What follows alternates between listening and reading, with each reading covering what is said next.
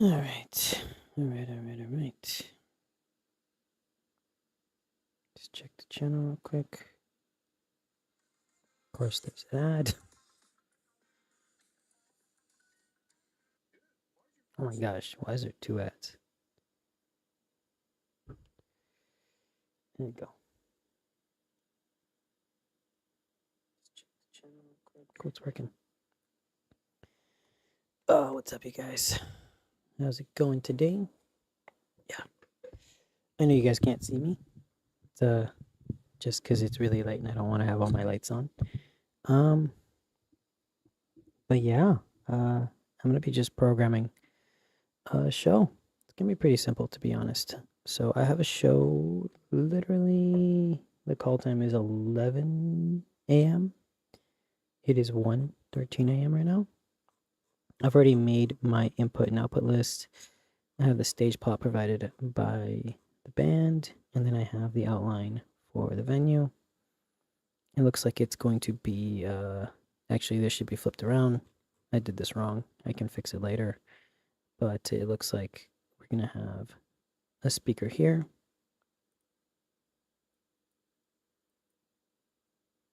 Well, we're going to have a speaker here,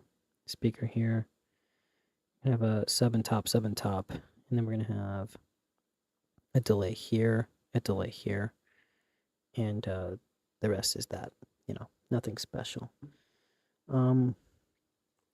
Besides that, we're really going to be programming for the show. This show is actually not originally very complicated if you look at it.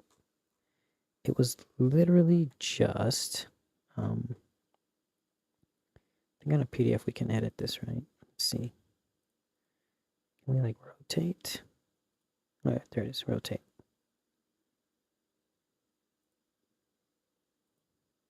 There we go. So for this, the band was originally set up. Let's take off my key. It was a singer. It was stereo keys, mono guitar, the drums, the bass, the sax, and a clarinet, right? Really simple. And everyone's going to be on IEMs. The singer's going to have 2 monitor wedges. Very simple show. Nothing crazy at all. So what we're going to do now is just basically program the wing. So we're going to program 2 things, actually. We're going to program the Behringer wing and the X32, which is not here right now. It's out on a rental. But the guy who I have booked to work for the show is going to be on the show. So the guy who rented it is going to be on my show. So let's just take a look at our input list. We're going to be using an S32 stage box, and we're going to basically be having all of our outputs essentially coming out of the X32 and maybe the X32, because we might be able to do that. But it's going to be pretty simple, to be honest. Nothing crazy. So let's just get started. So the first thing we're going to do is hop over to our wing, and let's go to our inputs. So we have something there. We're not going to worry about that. Let's look over at camera 2. See, we have kick in, kick out, snare top and bottom, and then we have toms, and then we have NA for channel 8. It's only because on the X32, it's not so easy to move channels over, but don't worry about that. We're going to handle this on the wing, and we'll program the X32 separately. So, I forgot we have highlighter on. Let's get rid of all those highlights. So this is going to be pretty easy. Let's go back to the wing, and we're just going to go channel 1. It's going to be kick in, and the way that I like to do it is going to routing, and this is going to be our mixer view, right? So we're going to hit auto, get rid of all of these except that. That's me. If we get rid of me, you guys stop hearing me. I don't even think anyone's going to be watching this stream, so it doesn't matter. So we're going to do AS50A, and from what I understand, looking at my input list, channels 1 through 7 are going to be used right away. So 1, 2, 3, 4, 5, 6, 7. Channel 8 will be blank, because it says it right here. but channels 9 and 10 will be my underheads. The reason why we're using underheads is honestly just because we don't have the time to have all the cool stuff. But that is going to be channel 9 and 10. So on mixer input 8, not channel input 8, not source input 8, mixer input 8, 8 of 40, and then you have 8 stereo auxes. We're going to do 9 and 10 really simply. Hit 9, come back, hit stereo. Now channel 9 is a stereo, or channel 8 is a stereo channel. That's going to be it for our drums. Next we have the bass, guitar, and keys. So let's do that. Move on. Bass is going to be 11, 12, 13, and then 14 is keys, but that is 13, 14. So we're going to go 13, stereo, and that's our keys. So we have bass, guitar, keys, and then we have the saxophone on channel 15. Clarinet, and we have our singer. His name is Sergio. We have 3 wireless mics. So that is going to be 18, 19, 20. And the wireless mics that I'm going to be using are going to be the Phoenix Pro mics. And the reason for that is honestly just because I own them. And I actually really like these mics. Plus the budget constraints. But we're going to be using... I like how you can't see me. I might as well just take the key out. But we're going to be using these, the PTAU2s. This is the best mic that they have. Right now you could use this coupon code, get 10% off. You could use my coupon code. I think it gives you 5% off. It's in the description. To be honest, I would say if you're going to buy any mics from Phoenix Pro or anything from Phoenix Pro, use the 10% off coupon. But if you want to support the channel, you can use the 5% off coupon. But this is basically a stereo, or a dual channel, not stereo, microphone. Honestly, this microphone sounds amazing. It sounds way better than a 58. It's kind of like a what is that? The Shure. It kind of sounds like the Beta 87, to be honest, but like fuller. It's like a Beta 80. It's like a Beta 87 without the really shrill top end and without the really annoying like just tinniness. It's a really good microphone. But I use 2 of these. I have 2 of these in my rack. It's really cool because you can actually have a frequency scanner. It will actually scan the RF frequencies, and you can see which ones are used and are not used, and you can lock them in. And when you have these on a combiner, dude, these guys are just as good as a QLX system or a ULX system. The only thing I think would be better is an Axient system. That's just not just even my opinion. That's just from use cases. I have done entire stadium events with just a set of these. But yeah, so we have our handhelds there. And then we have a DJ left, right. So that's going to be 21, 22. All right, so we have 21. And again, we go back. We make it stereo, 21, 22. We have a secondary band, which is going to be a violin on 23, 24, and 25. And then I'm going to do a local input on 1 and 2. And that's going to be because I have these really cool little units from Melanair. And they sent this to me. This is kind of something I'm going to be testing out for a review video. If you guys saw my Melanair IEM review, I actually really like those IEMs. But they sent me this Bluetooth thing. And it's really cool. This one, the MB1. It's like $60, 65 bucks. I don't know why I added it to my cart because I already own it. But this thing is really cool. it's basically a Bluetooth device, right? And it uses XLR. It feels like total plastic, but it's rechargeable. It lasts for like 15 hours. I've had it like for like 3 days, and I've tested it out at home. I've gotten about 200 feet. I'm assuming at an event I could probably get about 50 to 75 feet of range, and if I can get 75 feet of range, this is gonna be perfect. But you can set this as a mono unit or a stereo unit, so you can have 2 mono units or 1 stereo unit. It's pretty cool, to be honest. I really like it. And that's what we're going to use here for our, Bluetooth input. Now going back to this, we do actually have something else that hasn't been added, and that's going to be the DJ booth. But DJ booth is going to be handled by the X32. My X32 is going to be set as the monitor mixer. So we have the whole band here. So let's actually just go to labeling now. This is the stage plot. It's going to be pretty simple. We also have our outputs to think about. So if we look at our outputs, the IEM, since my X32 is going to be used as the monitor mixer, we have the IEMs here, all this cool stuff.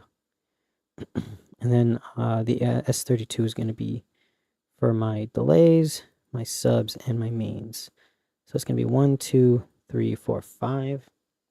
So let's go to the wing, and let's just go to my outputs. And let's just set that up. So we're going to go to the AS50A. And we're going to probably do matrix. So it's going to be my mains are going to be 1 and 2. So we should do my delays are going to be actually 3. And then we're going to have my subs, which is going to be 2, and then my mains. That's going to be it for me. Since I'm only mixing front of house, we're not doing anything else, which means that we're actually going to be able to use this as like a mixing console. We're going to be able to like mix front of house with it properly, have buses and stuff like that. So that's going to be my mixing setup. We're going to set everything up on the console. Right now, we've only set up inputs, which is cool. So we're going to go home, and we're going to start labeling stuff. So let's see, we have our kick in, kick out. We have our snare top and bottom, and we have toms, and then it's going to be pretty simple. So let's go here, and I have a keyboard. Along with my touch screen, we're using Wing Edit. And so what I'm going to do is go into the home section, name and color. And the first thing I'm going to do is just color code all of these.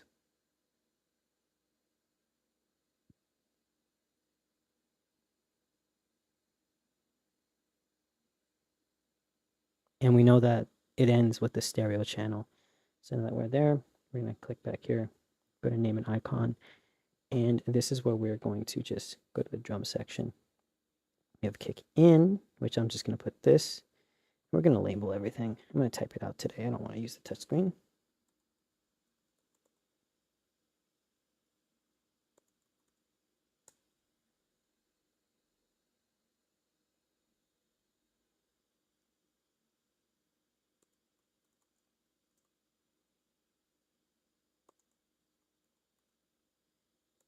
Out.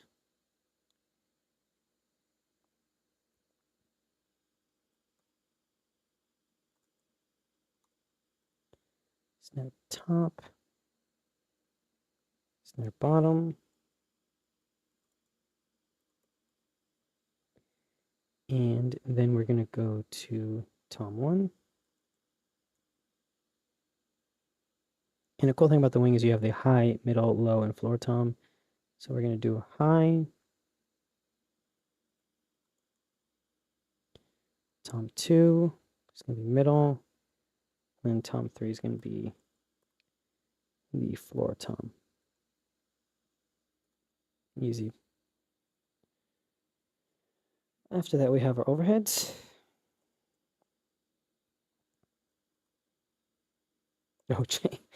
Overheads. And then we're just going to go bloop, And the only thing that I really want to do now is I want to go to my snare bottom, go to my input section and invert the phase. Something you should always keep in mind is whenever you have a snare top and bottom mic, you want to invert the phase on the bottom mic. It's going to prevent you from having everything sound paper thin, and it's just a good thing. Cool. So that's it for the drums. Let's take a look. So after that, we have the bass, guitar, and keys. So pretty simple.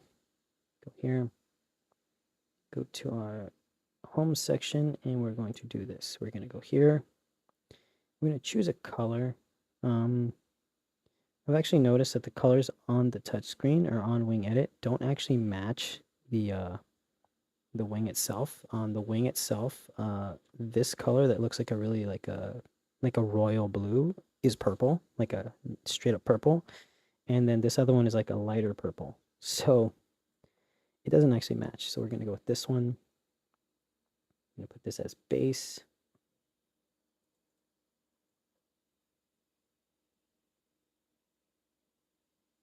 Make this one green. Label it guitar. Get a little X. It's like a little Dimebag Darrow guitar. And then we have keys for the left and right. So I'm going to make my keys, I'll make them purple. Kind of like that purple. And then we're going to go for this little baby grand looking thing because it's going to be in a shell, which basically means it's just going to look like a baby grand.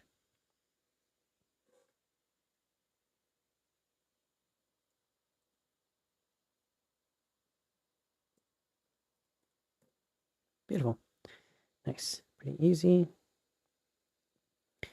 Let's go over and we have our saxophone and clarinet. Now this is going to be interesting because the saxophonist is going to be sitting on a chair, and what I'm going to do is utilize a little arm clamp. Right? It's one of these. I'm going to use one of these things, and I have a XLR adapter, and it's going to literally just have one of these, kind of like that, and it's going to just have a microphone on it, and it's going to be on top of the mic stand or clamped onto the mic stand. And that's going to basically be the sax and clarinet. So for those, I just choose the color brown. On the wing, on the actual Behringer wing, this looks like brown. Even on the scribble strips, this looks like brown. This one looks like orange. So it's interesting.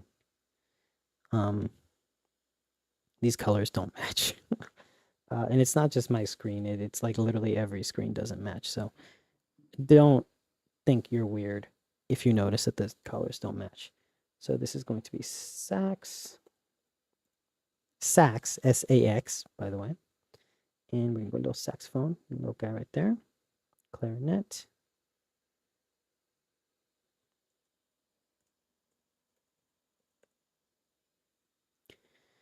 And then we're going to move on to who is next. Let's go here. The clarinet.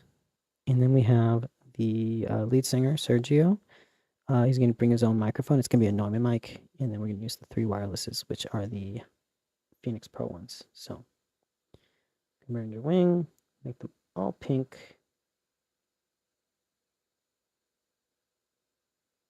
Just because I make my vocals pink, because, you know, they're fancy. And I'm going to give him this cool one, or this one. He is going to be the only male singer.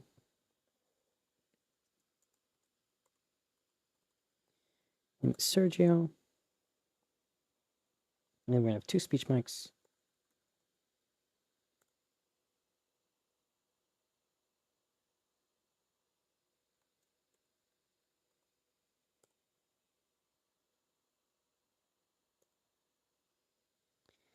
And we're going to have a talkback mic. This is going to be band talkback. And I don't actually need this mic but I'm gonna have it just in case because the band might try to talk to me at front of house sometimes. I'm not gonna be mixing front of house. I hired a tech. I hired 2 techs actually for the show, so it's gonna be a good show. All right, now we have the DJ, and we're gonna have the violin and the percussion and the saxophone, which is gonna be for a separate act. This is a Persian show. Hey, what's up, dude? How's it going? What is going on? Is it Deadly? Oh, Deadly. Oh, hey, how's it going, man? Oh, hold on, I gotta sign into chat. I thought I was already logged in. How am I live streaming without being logged in? That's dumb.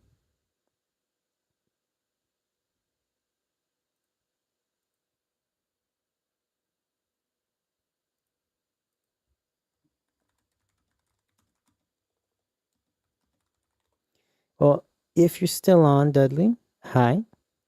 Nice to see you on. But yeah. So, hold on. It's actually making me log into chat. That's dumb. OBS is dumb. All right. So, let's continue on. So what we're going to do is we're going to have this be labeled as a DJ, and I'm going to actually make him kind of this like goldish color.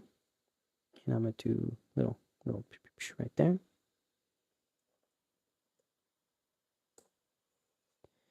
And then we have the violin and saxophone, the violin, percussion, saxophone. So next one, make him that brown color. Violin 2. Unfortunately, the wing doesn't have multiple. Oh no, there's only one violin. It's 2 saxophonists. I was totally made that up in my head. The wing doesn't have a lot of like horn section stuff, which is kind of annoying.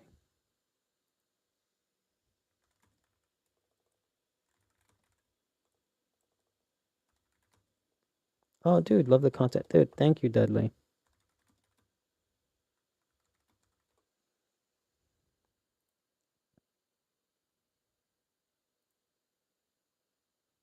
Where are you from, Dudley, by the way? Because it is like 1:30 in the morning here in Los Angeles. All right, so we're gonna do violin, and next we're gonna do percussion, which I always make all my drums or percussion red. We're just gonna go little bongos.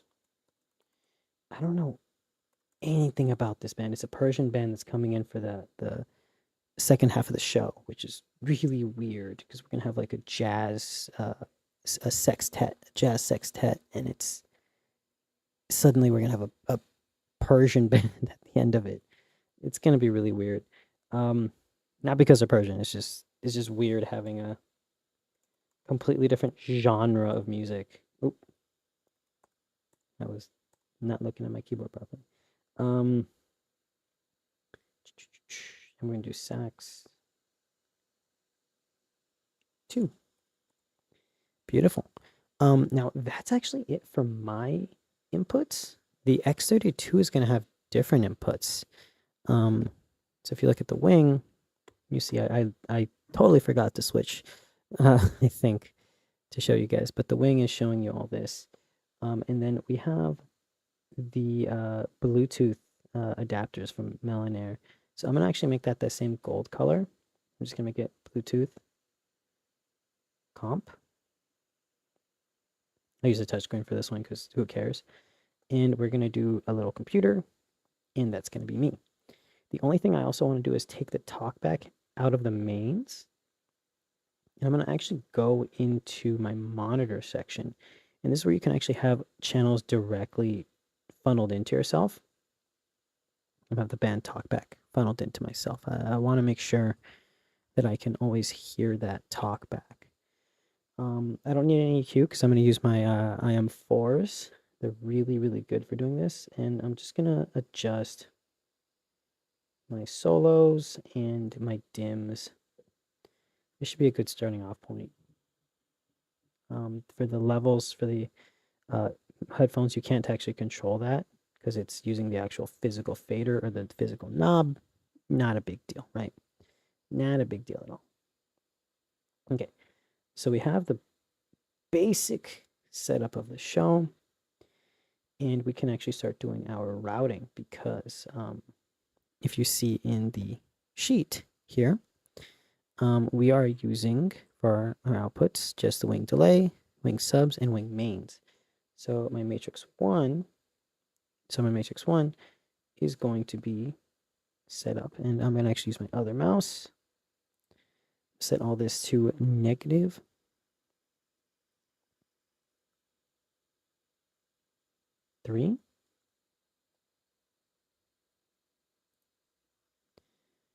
-4,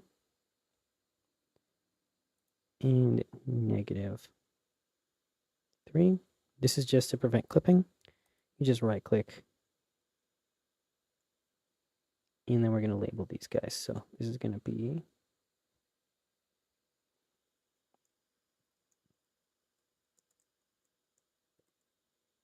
main left right. We'll make it this gray color, or maybe the white color. I'm gonna go gray. Doesn't I'm like always in the dark, so I like it darker colors. Subs.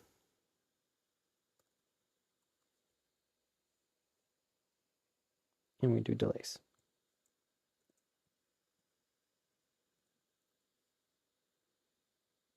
Delay. Beautiful. All right, we don't have to color code these. These are just gonna be how they are. Oh, New York. Nice. Nice. What time is it over in New York? All right. So the next step that I like to do for, I didn't even put delays properly. That's just delay. There we go. Delay. The next step is I like to have my effects. So I don't think the delays need this at all, to be honest. But I'm going to put a EQ on here. For the subs, I'm going to put my go-to. It's going to be the psycho bass. Basically, it's like R bass from Waves.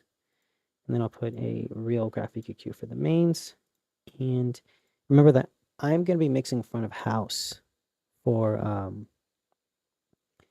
the band. I'm only mixing front of house, so I don't need to worry about all these other effects. This is going to be my whole setup. Now, the next thing that I do, though, is that I go to my mains. I totally forgot to put it over here. Let me show you this again. So I'm going to go to my delays, right? And I'm going to select my inputs for my effect slots. And this is just to keep everything time aligned because remember that when you use an effects slot on any console, it actually adds latency. So let's say I have nothing on my subs and nothing on my mains, but I have something on my delay. The delay is going to be latent by a set amount of time. And it's actually really interesting because there is a chart that shows you the frequency amount or the time amount that it's delayed by.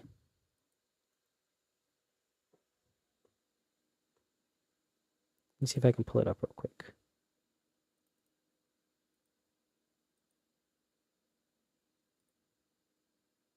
Found it. Let me grab it.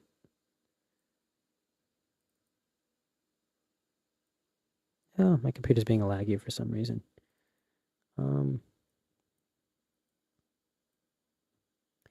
See if I can grab it onto the other screen. Give me 1 second.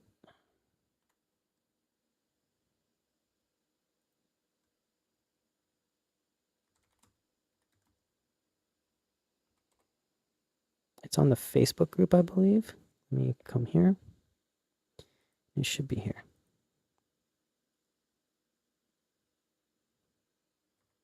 There's escape. J. I think it's this one. Yes, this one. So if you look here, you can actually see the delay added. Oh, 4:42 a.m. God, oh wow. Yeah, it's 1:42 a.m. right now. So you guys are like 3 hours ahead of us. Nice. All right. But if you see here, you see the latency by some of the insert effects. And you see that the graphic EQ and the API EQ are the same amount of latency. And if you don't have that latency set up properly on your console, right, you're going to have time alignment issues. So let's pretend we have center fills as well, right? We'll just call these center. And, oh, wrong keyboard.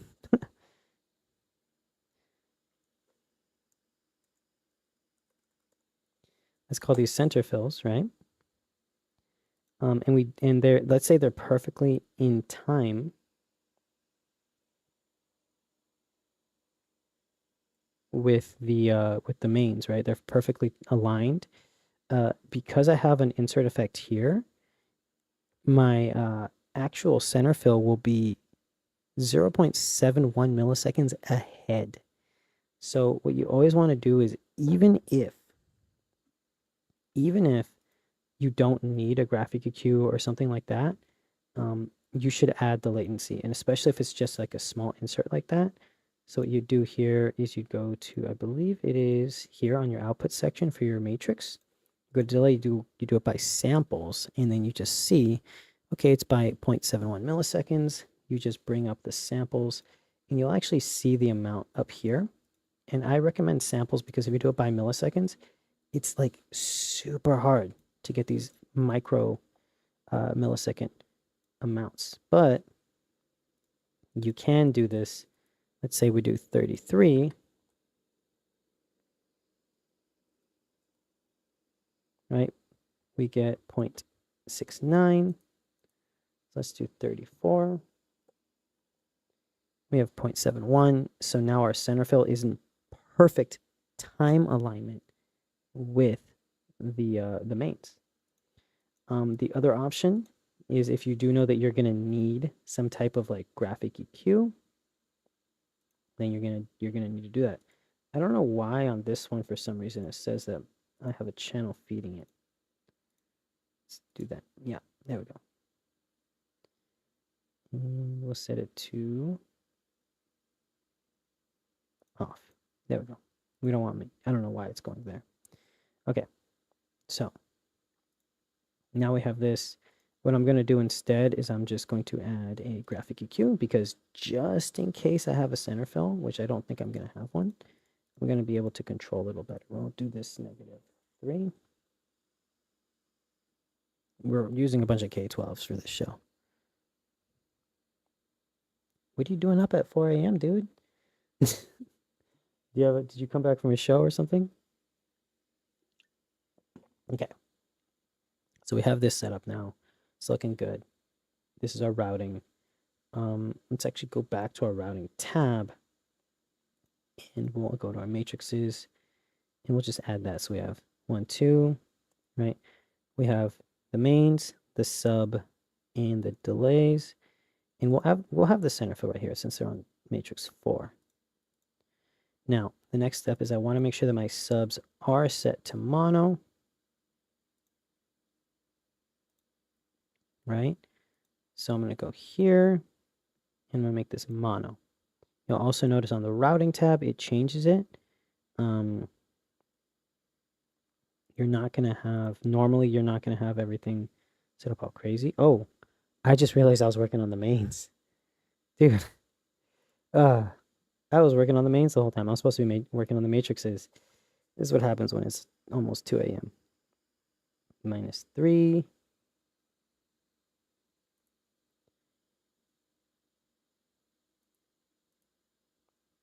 -3, -4, -3, and -3. So now what I'm going to do is I'm actually going to factory reset these, which is pretty simple to do. You just go initialize. You can select them all. You're going to initialize them all. They're going to be factory new. So that means that these need to be changed. Right? And we're honestly, I'm not even going to label them anymore. We're just going to have them like that for now. And this is where you are going to make sure that you have this one set to mono. And then when you go to your routing, you should see on your matrices that they have everything set up properly. So matrix, what is it? My patch is supposed to be, let's see, my patch is supposed to be, I'll put 1 and 2 as a wing delay, I'll put 3 as sub, and I'll put 4 and 5 is my mains. So we're going to do 3, 4, 2, 1, 2, 5, 6. Now, if you see here for my matrix, right here, it's blue. It's because this is mono. So no matter what you do here, this is going to be a mono sum. It's going to squeeze it down into mono, right? Pretty simple.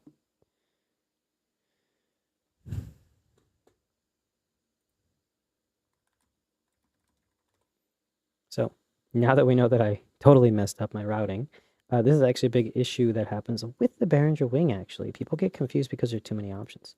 So the next step is, how do I set this up? Well, I like to keep my mains neutral, right? And the reason for that is actually because my main outputs are going to feed the live stream, and I will try to live stream this event. It's a really cool thing. The band that I'm working with is a little bit particular with stuff. They don't like me using their content for stuff, like for like videos and stuff, but they are going to not say anything if I live stream it. But yeah, so I'm going to my setup here, and you see that my matrices are set up. I'm just going to label them again. So I'll do main left, right. We'll do subs.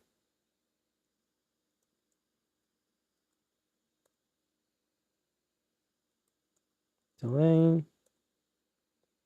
And then we will do center. Next step is, let's add those inserts. Now, those inserts that we had originally are gone because we factory reset those. And I'm going to do post fader inserts because it really doesn't matter. So let's do for the mains. Actually, we'll do this one for the mains. Boom, turn it on. And remember, this is going to add the 7.1 the 0.71 milliseconds of latency. So it's just something to always keep in mind. My subs, I'm going to add this one.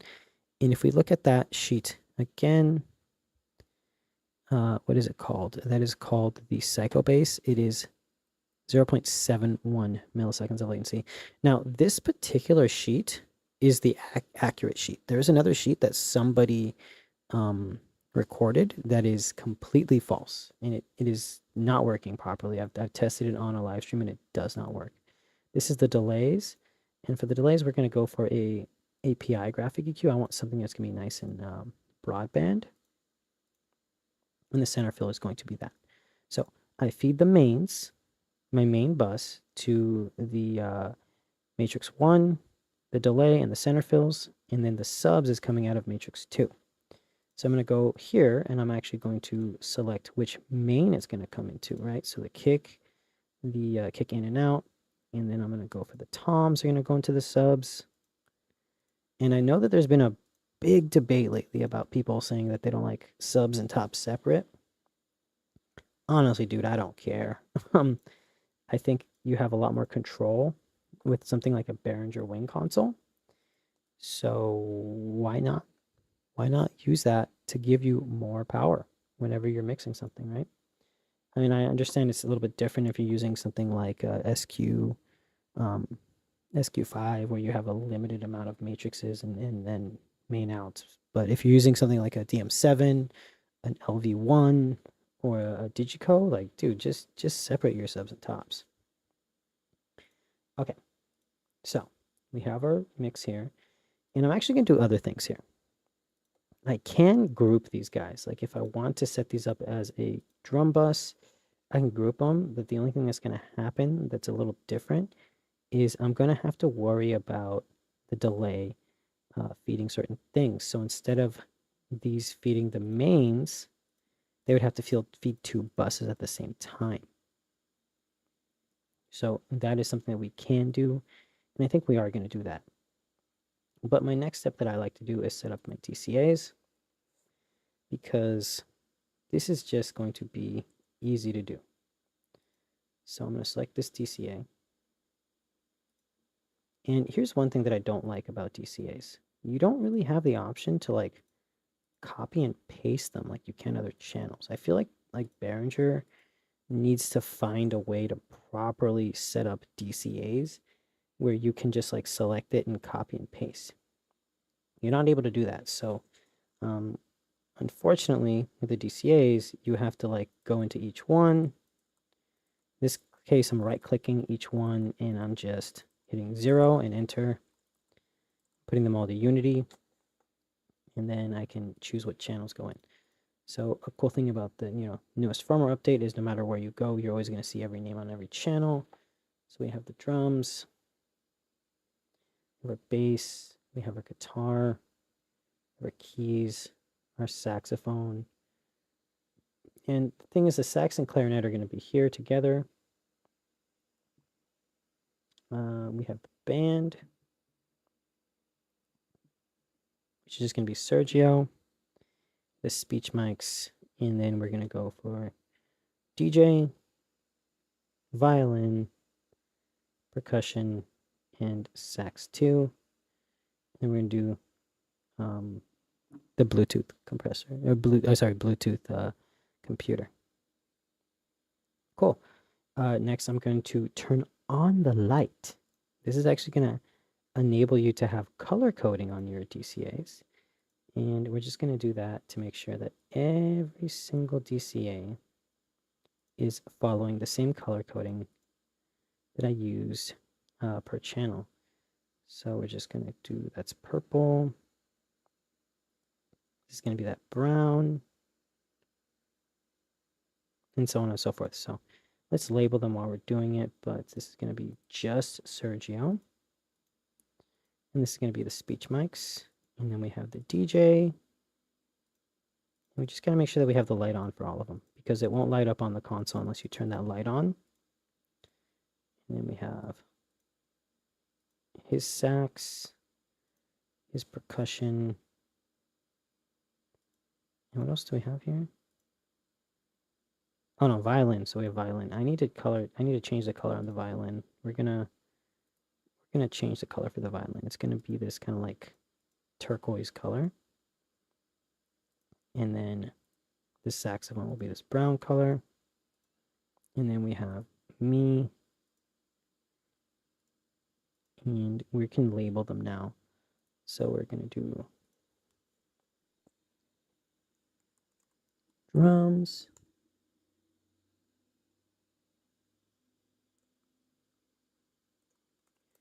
bass,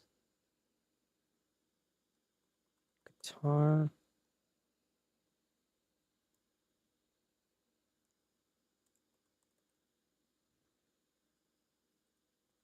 keys. This is going to be horns. And for DCAs, I don't usually put the like logo. But Sergio.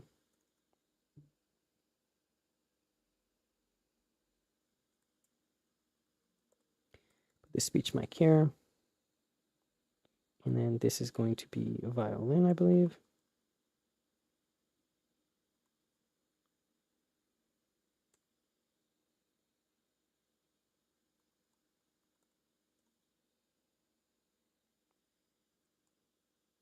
Sax. Oh, no, that's not violin. That's DJ. Boom. DJ. Sax. Percussion. then we're going to do, this is supposed to be, what is this? I forgot what this is. So I'm going to come here. That's saxophone, and for some reason I put an extra channel. So percussion, so this was what? This is violin. So this is violin.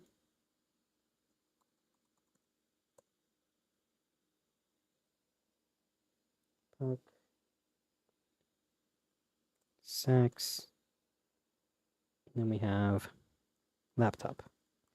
Now the reason why I'm doing this is because I can make a custom group, and it's just going to be these 12 channels instead of having to deal with this where it's all of this. You know, once I have my levels set for the band, I just want to be able to you know, be like, oh, I want to turn everything down.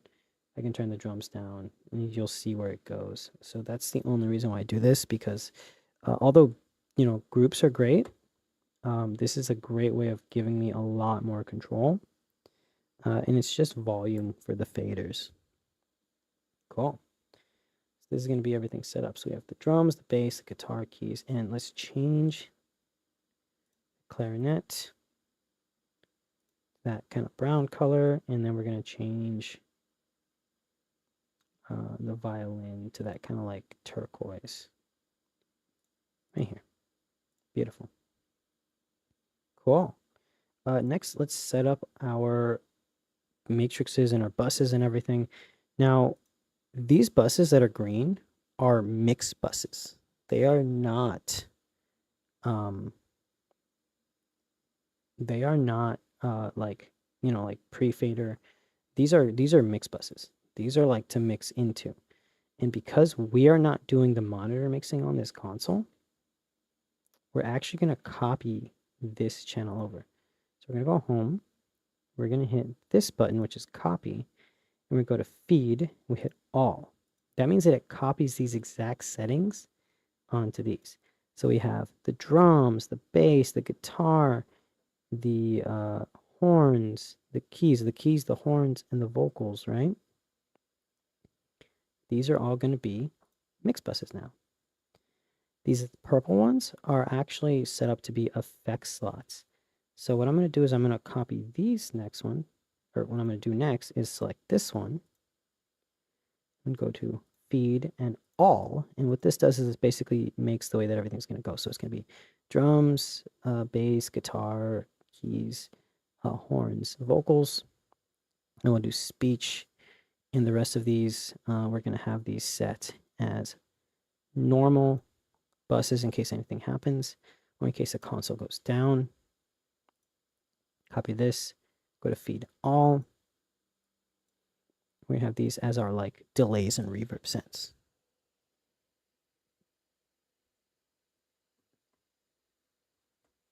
Wow, early morning for long commute, huh? Dude.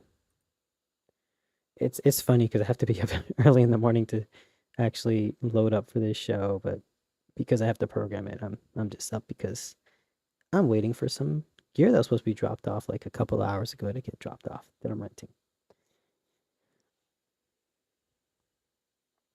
Oh, still, man. So, what's your work, man? If you don't mind sharing, you don't have to share if you don't feel like it, by the way. So the next thing is I actually like to color code my mix buses. So drums, bass, guitar, keys, vocals, and speech. And I think that was all my buses, right? Am I missing a bus? Oh no, we have DJ and band. I'm not going to do the DJ and band on a bus. I'm just going to keep this as an open bus. And this is going to be my sub bus. So I'm making this kind of like a royal purple, royal blue color. And this is going to be dedicated to the sub bus. So check this out.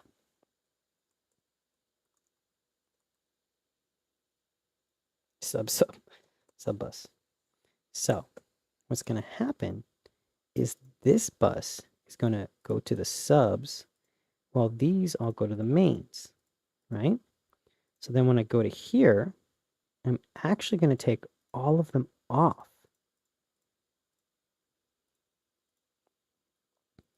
Because we're going to use this sends on the buses. because this is going to allow me to have my subs and tops separate. And so it's really cool. I'm going to just copy this over.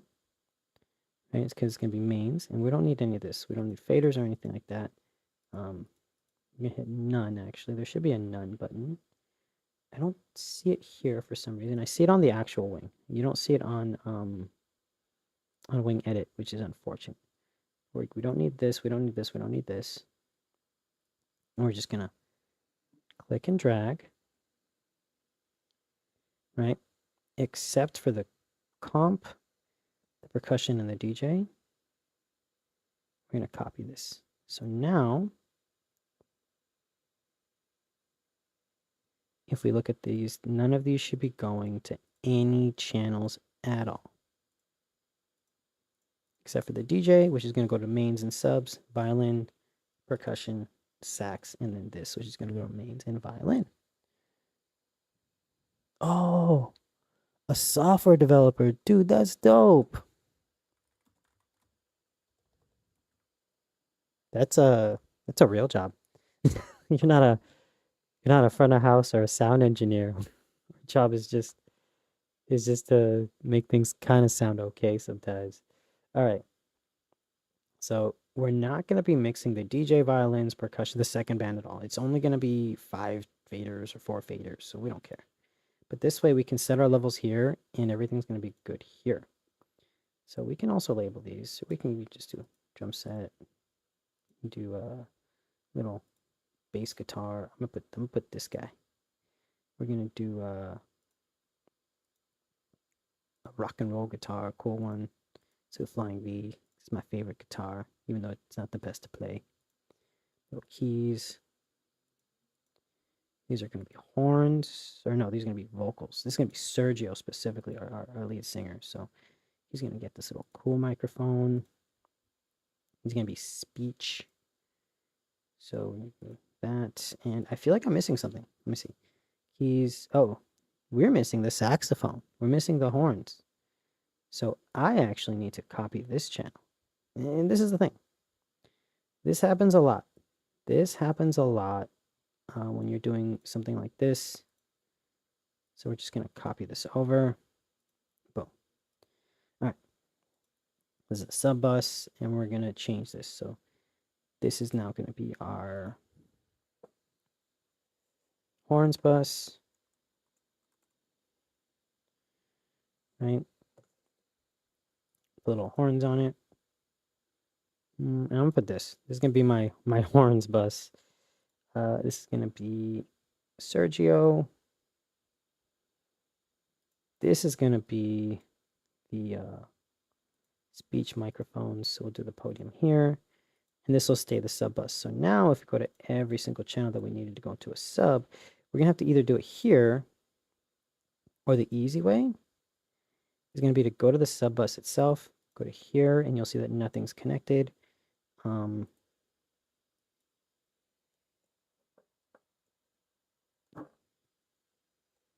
Enter. And we're just going to go to the subs, and we're going to select the channel. So we're going to do kick in, kick out. We're going to do tom 1 2 3 4, tom 1 2 3, bass. We're going to do Bluetooth and DJ, but they're actually going directly to the mains. We're going to set them to unity, and we're going to set them on. Boom. Those are going there. Now we can go here, and we can say all of these drums, set them on, and you don't actually have to do unity because it's a group already. So that's a cool thing.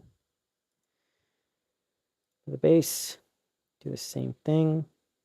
Set on, and that's a cool thing about when you actually set it as because you have tap pre fader, or tap point, post fader, or groups.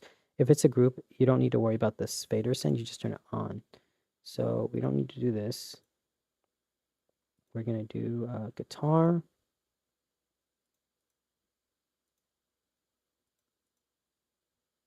Keys. And this is, again, just for continuity. We want to make sure that, like, channels are going to where they need to go without having any issue. So we just back up. We want to make sure nothing's going where it's not supposed to. It's going to be Sergio.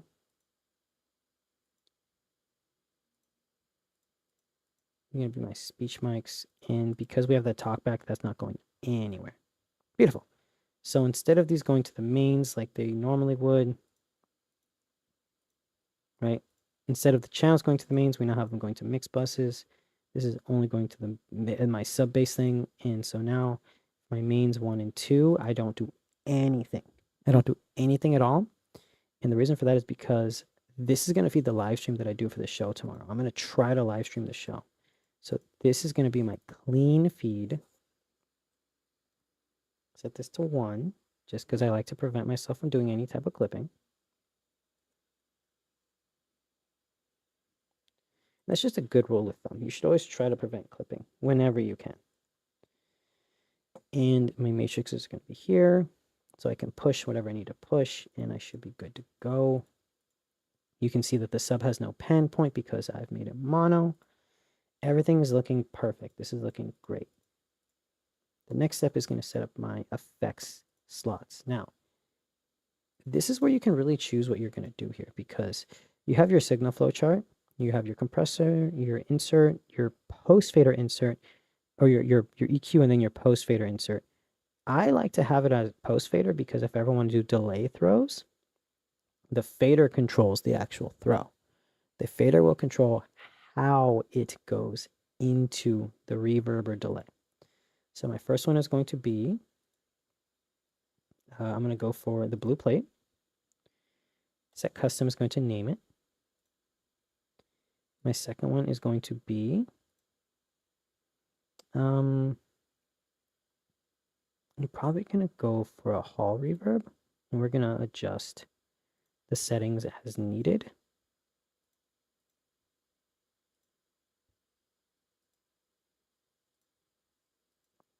I have a delay here that I set. And for this delay, I always have an offset of 10. Turn it on.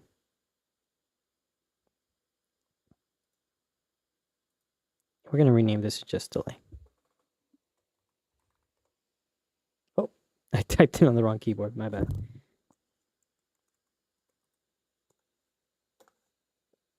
That's cool, man. A software engineer is a really cool job. Those guys, you guys make good money, and you guys do a lot of cool stuff. Are you working on AI? Are you helping us destroy the world? All right, so we have chorus. I like to have a chorus on this last one. And this is going to all be adjusted depending on how I set everything.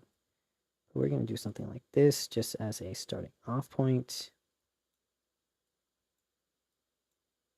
And this will be my chorus. And then I like to actually have something that I consider to be when I'm only doing front of house. This is both are real jobs. Ah, thank you. Well, dude, I mean, software development is actually a really important job. Like, think about it. This whole console was only doable because some software developers were able to do it. But yeah, dude, that's really dope. I was actually I went to like college, and like since I graduated high school super early, I was like 15 when I graduated high school. I went to college for like 7 different things, and I never graduated any of them except for guitar playing. And then I became an audio engineer. Anyway, so for these next ones, I kind of consider these to be specialty effects. And what I mean is like they're effects that I don't really use effects sends for. There's something that I kind of use as like an effect. So I will usually kind of keep like a Dimension D chorus. It's a really, really good chorus. And then I'll use a standard effect slot. And this is where I'm going to do like a Velvet Imager.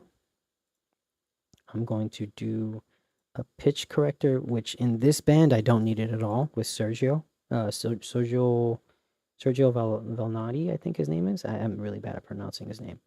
You do not need a tuner. But I'm going to have a bass amp, have a jazz clean, and this way I'm going to be able to have, like, if I want to mix like the bass is going to either go into the Sans amp or it's going to go into the Roland Jazz Chorus, and then that might feed into this chorus. So I like to have these ready and set. If I'm doing front of house and monitors, these are all graphic EQs. These are all graphic EQs except for the one, what's it called, the Psycho bass, and then I just worry about whatever I can from there. So this is a good set. Next thing is to set up my custom commands, because you see there's none here. So I'm going to go to CC Edit, and we're going to have layer 1. And what I like to do is I'm going to go to my faders, and I like to set them to be fader controls, right? So it's going to be blue plate,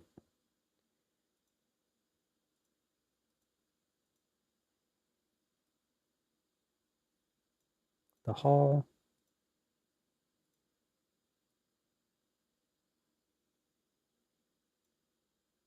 delay, in the chorus. And then I like to put my mutes. Let me double check. I'm pretty sure it's mutes that I like to put. I have to just, yeah. So the top is going to be mutes, and then the other one, the bottom one, is going to be my channel sets. So it's going to be pretty cool. So we're going to do channel mute, blue plate. And when you do this on the wing itself and not wing edit, you actually have this automatically bank over to the next channel. So you don't have to do this, which is why I'm doing it on the mouse, because it's just faster. But if I do use the touchscreen, I can just go mute and then scroll down and set this up. So this way, when I click on my quick keys for my custom commands, I can just mute the sense. And I also have my Stream Deck, which actually has custom commands, right? If I do mute effects, it's going to mute all the effects at once. But I don't usually use that when I'm just setting up a show profile. All right, so I have this set up, and then these are going to be command controls. So we're going to go to effects parameter. We're going to do decay for the blue plate. We're going to do decay for this one, and then for the delay, we're going to do time, which is going to be our tap tempo. And then for the chorus, this is a new one for me, to be honest. I haven't been really using this chorus very often. So I'm going to set this to waveform. So now when you actually hit that custom command, if you hit this, which one is it? This one? See how it's a slider or a tap tempo? On the actual wing, if you hit the button and you turn the knob on the wing, it lets you actually control that parameter. Let me show you. I'm going to hit the button and change the decay. So go to my effects section, right? And if I hit the other one, I can control multiple at once. It's really cool. I think for this one, we'll do a decay of like 2 seconds. I haven't been to the room yet, so I don't know how it's going to sound. And we'll do a tap tempo of like 250. This is just a starting off point. All right. This is looking good. I'm going to go to my library, go to my show, and hit update and launch that. This is going to be my Sergio 1/17/2026 start. This is my starting off point. And I think we're good. The only other thing I need to do is make sure that my bus is feeding my mains. And what I like to do personally is I like to have a high and low cut. And I have my high cut set at about 100 and my low cut set at about 10K. And then I'll do a little dip and I'll just make it like that. Make it kind of like a demudding effect. I'm also going to do a tight Q at 2K and 4K. And this is just because these frequencies feedback a lot. The wing effects don't really sound bad, but I'm so used to doing it on the Behringer X32. So I'm going to copy these over. You see that I'm only copying over the EQ. And the only one that I don't need to do it on, to be honest, is the chorus, because that's kind of going to sound lush no matter what, but we're going to keep it. And I'll just bypass the effect as needed. It'll just allow me to have a starting off point. So I'll have it bypassed. And this way, like, if I'm sound checking it and it sounds like a little muddy, I just bypass it.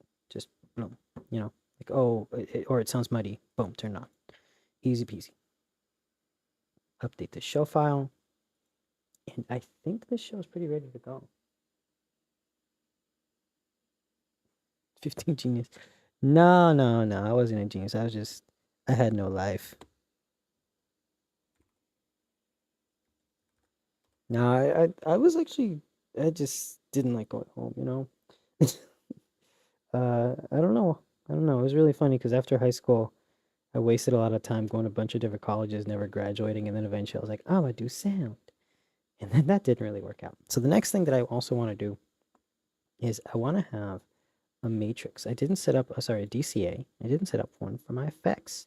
So I think what I'm gonna do is I'm gonna change the DCA for effects. I'm gonna put it right here. And I'm gonna set my DCA to the color white. Right, and we're just gonna do effects. And we're gonna select these buses. And I'm gonna go to my buses and I'm gonna make all my DCAs white. Just because I like that it's like a color that I haven't used anywhere. It's a good way of differentiating stuff. And there's something that you also should do for your CC edits. You should name and color code them. So let's color code it, right? So it's going to be white. You have to turn the little button on, that light button, and that's going to give it that white color. So you know what it is. We're going to name it chorus. Delay.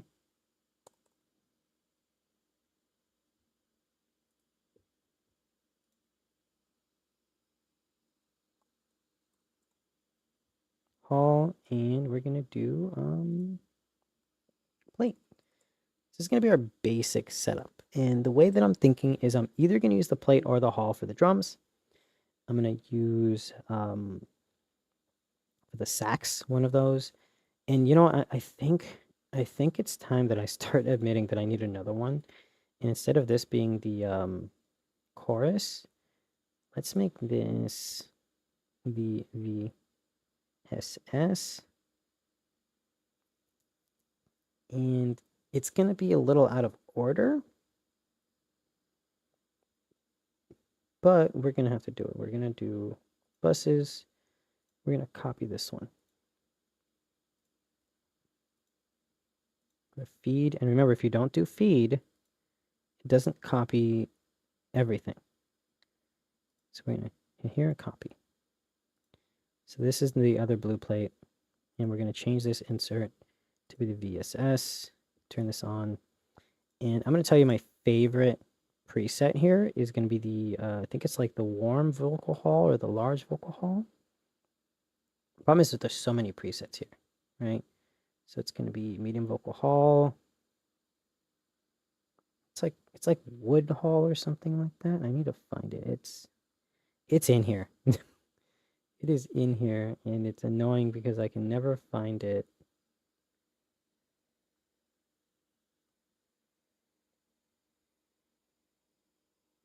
Well, large warm hall. A large warm hall. VSS. And yeah, we're gonna have that there. And we're gonna create a secondary layer for the custom commands. And so this is gonna be a thing where it's like, hey, we're gonna just name this VSS. We'll change this up.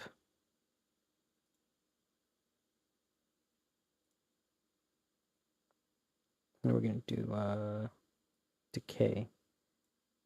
And we're just gonna change them. You know, this is what happens when you have to set up a show. You just you're going to have to do adjustments every so often, right? Not a huge deal. This can be the delay. It's going to be the Hall and the plates. So we're going to just rename them.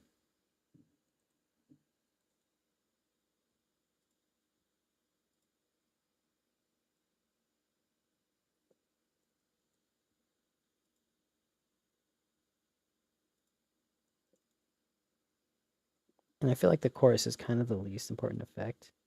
So that's why I'm kind of treating it like that. I'm not really giving it the respect it really deserves.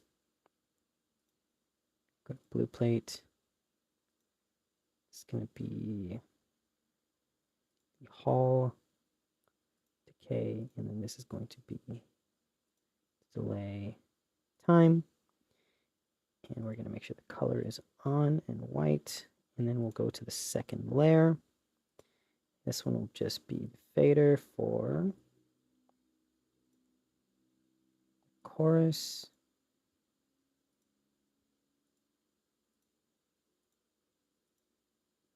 Channel mute for the chorus.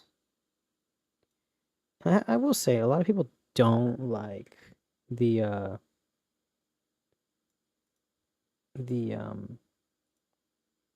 Behringer wing because it doesn't have like an effect send and return. That's why you're able to put an insert slot before and after, because if it's after fader, it's works like a send and return. If it's pre-fader, then it just works like an insert. I noticed that they do that just to give you a little bit more DSP, which is really cool. I do appreciate that, but it could be done a little bit different, you know? And then for this, we're gonna do, I think it was, what are we doing? What did we do? Waveform. Waveform, and name it chorus. Cool. Oh, sorry. Chorus. And then for this one, we're going to change the name. Delete it. And if you don't have a name for it, it actually just automatically names itself. So let's double check. We have the VSS. So we need to rename this VSS. Plate.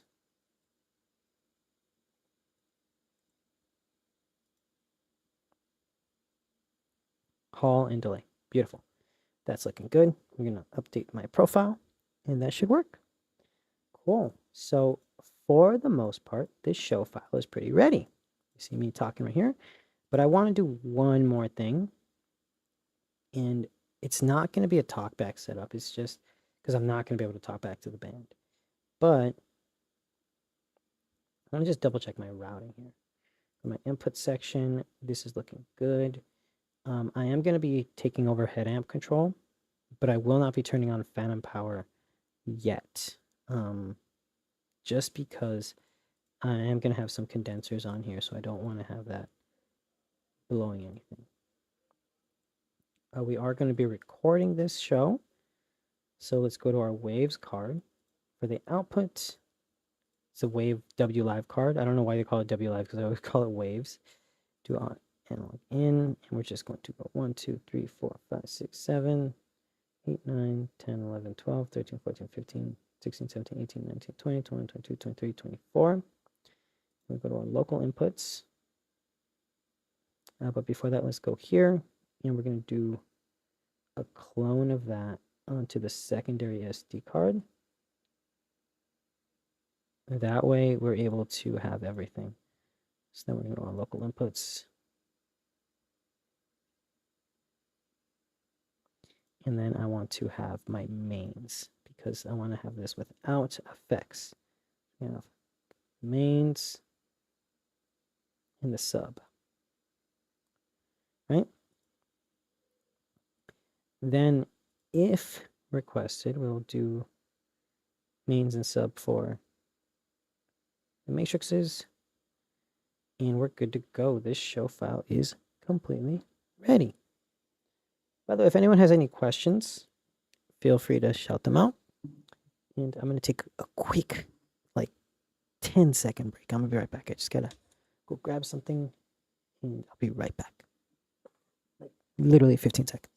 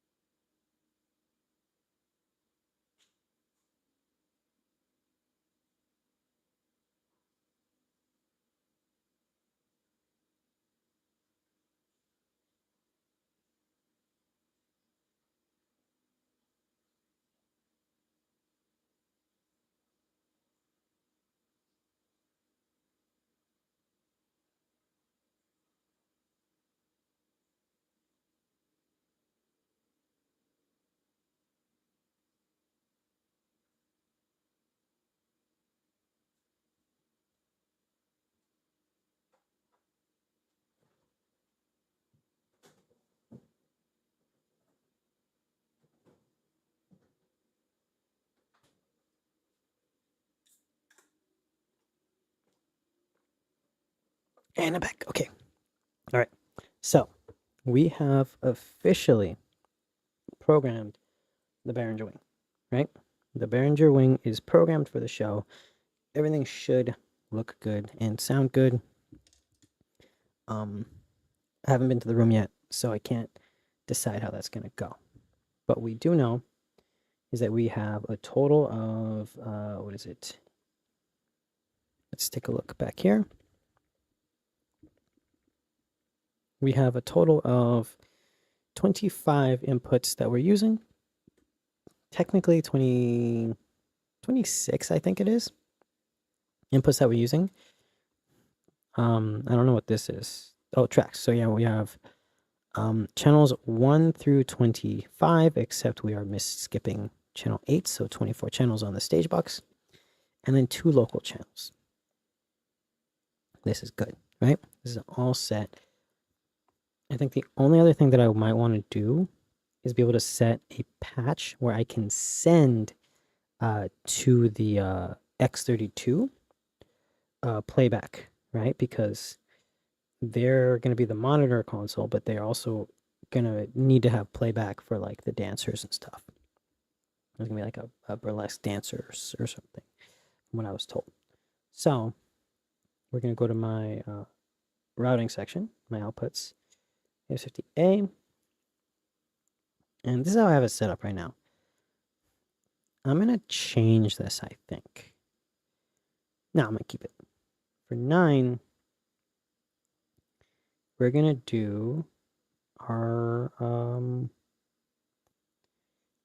let's do local inputs. And we're going to do 1 and 2.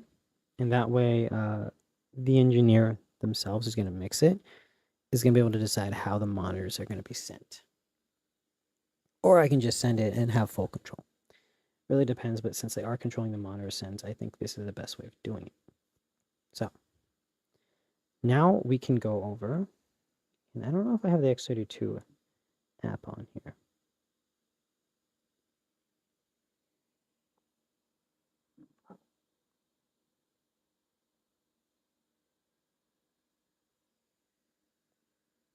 I think I opened it like 10 times. All right. So now we're going to program our X32.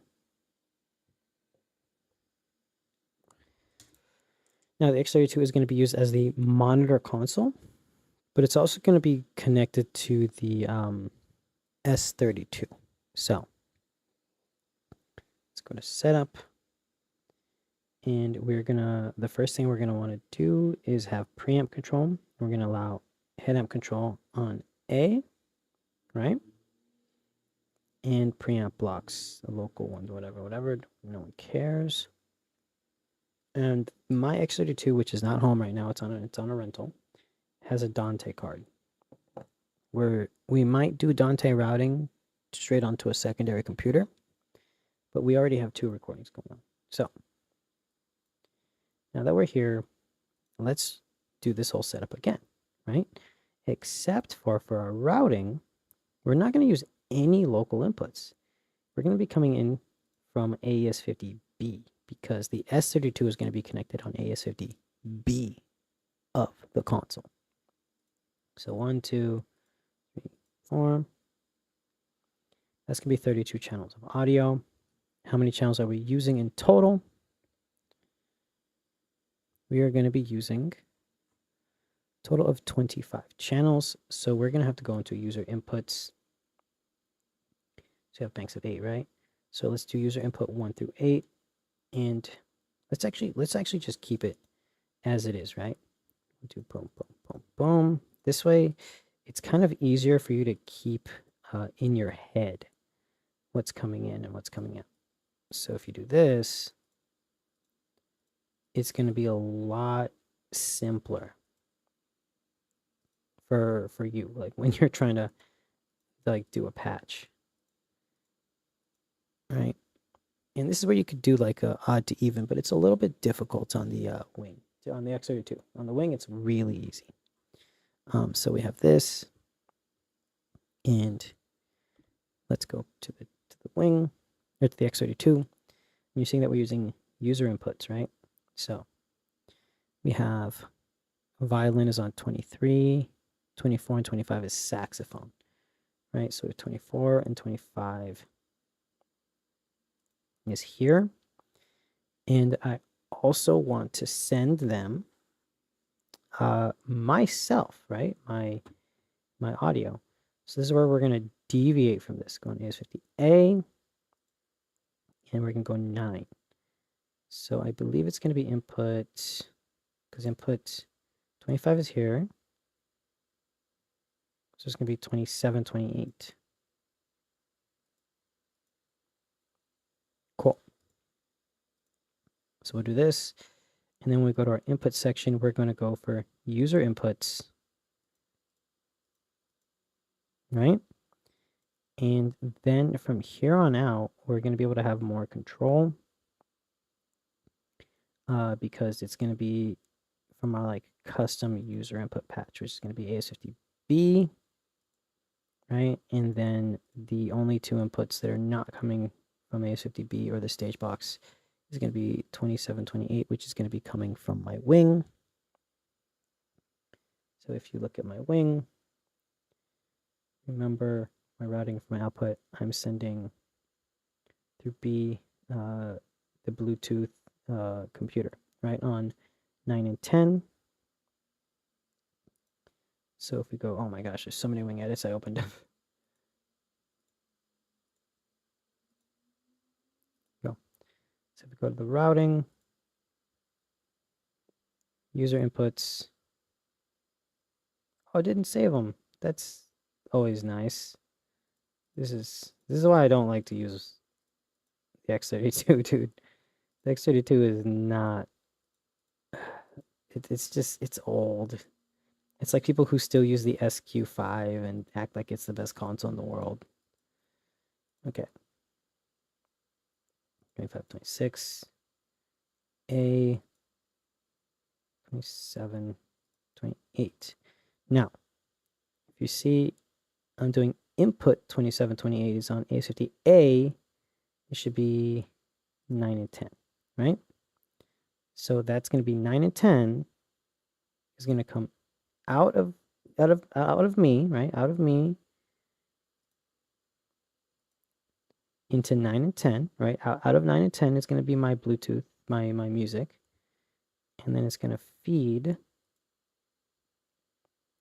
27, 28 from 9 and 10. So this is all set and good to go. Is this a separate console setup? No, that's just that. Oh, it is. No, okay. So that routing is done. All right. So now if we go into here for our channel input, you should see for the config we have in 1, 2, 3, 4, and we don't actually have any preamp control, or we do have preamp control, but we're going to lose that as soon as the console is connected to it because we're giving up head amp control on AS50A, port A. So the wing is going to be set up as port A to the X32, then the X32 is going to be set up at port B to the S32. So that's going to give us the 32 channels plus the 16 channels on the X32, 48 channels total. Right? Go back to our routing tab, go to output of AS50, And AS50B is going to get AS50, AS50A is going to get the outputs of AS50B, or the inputs of AS50B, right? So that way my console gets all 32 channels of the stage box. I don't need any channels from the X32 whatsoever, but just in case, we'll do, yeah, no, we don't need any. We'll do channels 1 through 8, or local 1 through 8, just in case. This way, in case, oh, one, this way, in case, let's say they give us like some inputs, more inputs than the S32 has, which is a lot because the S32 has 32 inputs. We have that backup. We have 8 more channels I can send, or 16 technically. I have 16 more channels.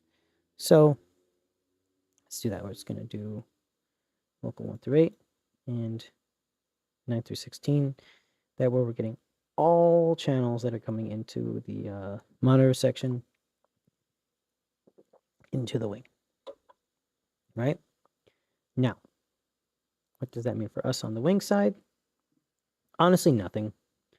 Go to the input section, go to the AS50A. We're getting these from the stage box. And right now these have 0 on them because there's nothing connected. But after 32, it's just going to give me channels 1 through 16 of the X32. That's done. The next step for the X32 session is to label it. So we're just going to color code drums. So kick, snare, tom, tom, tom, right? Space. So we'll make this black.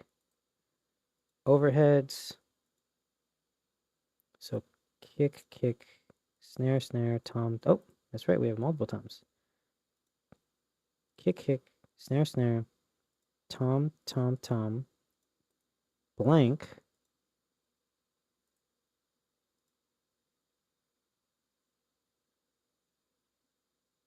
And then we're going to have overhead 1, overhead 2.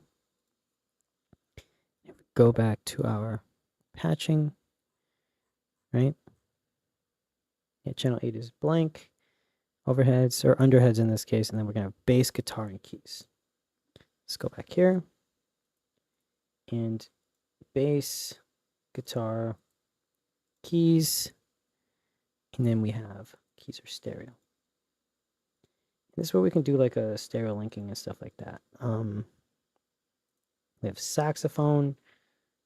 The Behringer doesn't have as many colors, so we'll make the saxophone yellow, right? And we have a clarinet, we'll make it yellow. And then we have the singers. The singers are all going to be pink. Right, we have Sergio, we have 2 speech mics, and then we have a third, which is going to be the talkback mic. Now, right away, I'm going to come here. And I want to make sure that this is not going to the mains at all. I mean, it's not going to go to the mains because there's no mains, but I'm just going to make sure that goes to nothing. Okay, after that, we have our DJ input for his monitor send. Honestly, this guy doesn't need it. He doesn't need the DJ, but he is going to need, he is going to need the DJ because the DJ is going to play through him, right? So, what is it? 21 is DJ. So, we'll make the DJ white in this case. And then we have violin, which I guess we'll use this yellow, the standard yellow.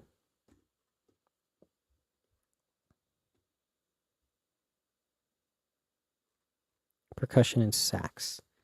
So violin, percussion,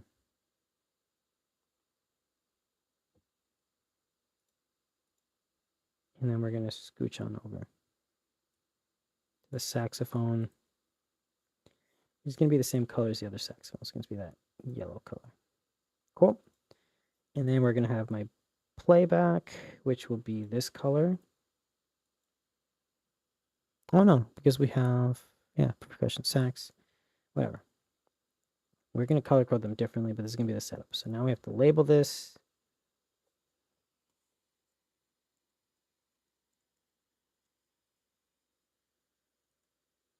Kick in. Now I'm going to say this. With the X32 edit software, it's kind of garbage. But you notice that like you just right click it and it automatically lets you type. Like the Behringer Wing software kind of dropped that ball. They definitely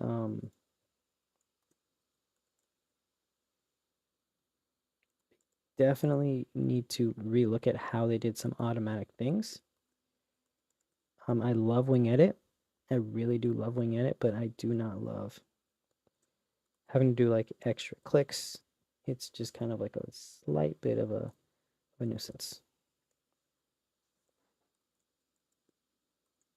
Right, left, or right. Then we have bass, guitar, stuff like that. So bass, guitar, keys. And the keys are actually going to be using really cool DIs. We're going to be using Heritage Audio DIs for the keys and for the bass. For those of you who don't know, Heritage Audio makes really nice, like really nice DI boxes.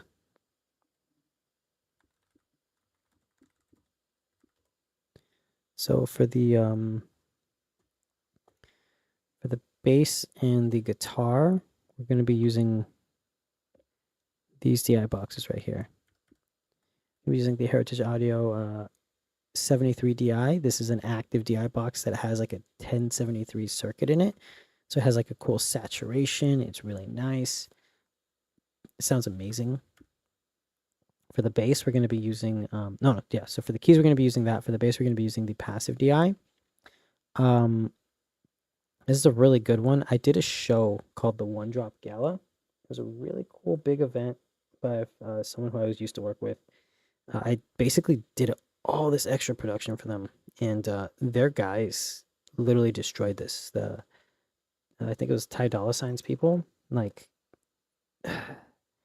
one of their musicians literally like chucked this across the room and broke it. It sucks because this thing sounded really good. This thing basically is a really cheap radial DI. It sounds exactly like it, not exactly, but it sounds just as good as a radial DI, like those nice ones, passive ones. And this thing sounds incredible. This one right here sounds amazing. I love that DI. It has like so much color. All right, so let's continue on. So we have the keys, and then we have the saxophone one, and then the clarinet. So let's go. Sax one.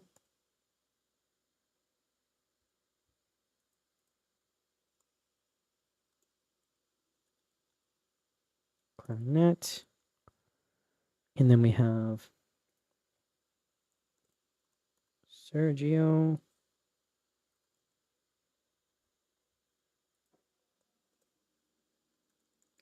Speech one. Speech two. And we have talkback. And we have DJ.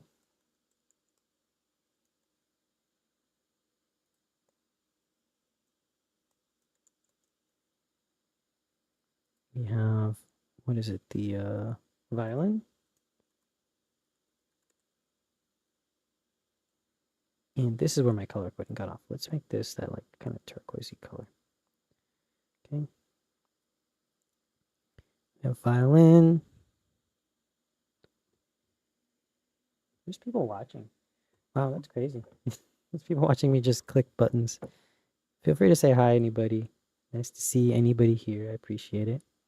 Violin, percussion. Or ask if you guys feel like you missed anything. Feel free to ask. And saxophone. Beautiful. So sax 2. Okay. And this is going to be me. So I'm going to do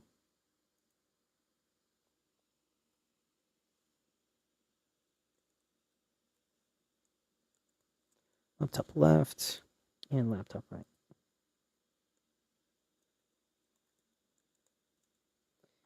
And the only other thing is I think I have this wrong. Let me double check with my laptop. Input 26. So let me double check my routing because there is something that I forgot. And that is going to be that I have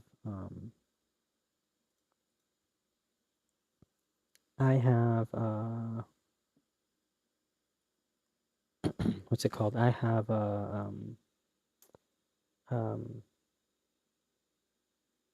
my gosh, I can't think of it. Oh, I have the inputs for the DJ's aux inputs for his booth. So I think I'm gonna put his booth on 2728. So we're gonna actually change this. So boom, boom, that's fine. Let's make 2728 here. And we'll do this on 2930. Right? And that way we can do this. So it's gonna be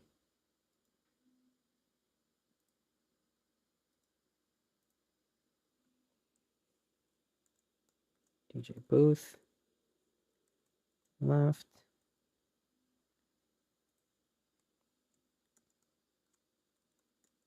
DJ booth right. And we're going to do laptop.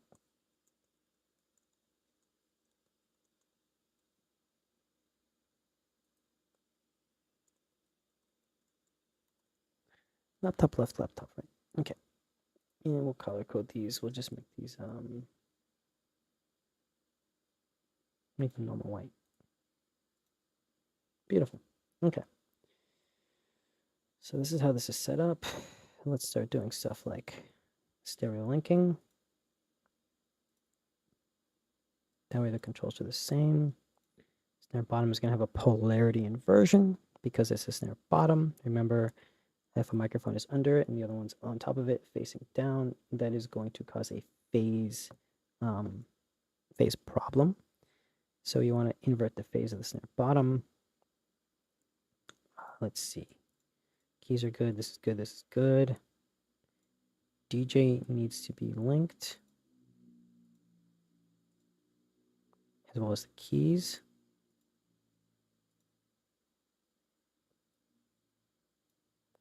So does the booth. Ooh. Ooh, yeah, see? I didn't think about that. So.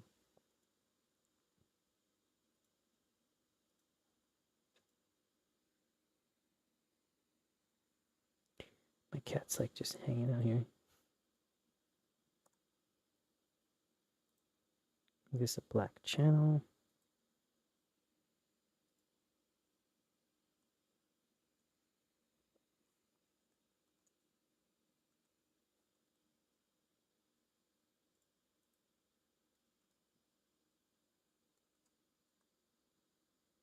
Okay, and let's just double check. There should be input 27 and 28. It should be 29 and 30. So I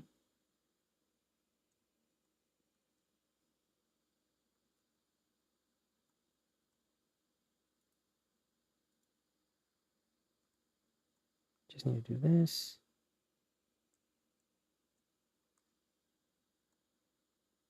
And then color code it. And then we'll make this one stereo. And boom. That is it. Beautiful. Okay. So that's our basic patch. Right? Now I got to set up the buses. So we can either go here to do sends on fader. We can go here to do our bus mixes. And if we go back to our sheet, this is where we're going to need to do some more configuring, right? So for the X32, it's not as flexible as the Behringer Wing. You can't just go into the patch section and just do whatever you want willy-nilly. It's definitely a much more complicated console. I mean, not complicated, but it's not as functional. Whereas the Wing right here, I can click anywhere and do anything anywhere. Like I'll have the local outputs here going to stuff. We're not going to use any of this on the Wing. Right, and we're just going to save this. Boom. I'm going to use my AS50A outputs, and you can see that I have everything coming in. And yeah, it's just how it is. So, what am I going to do?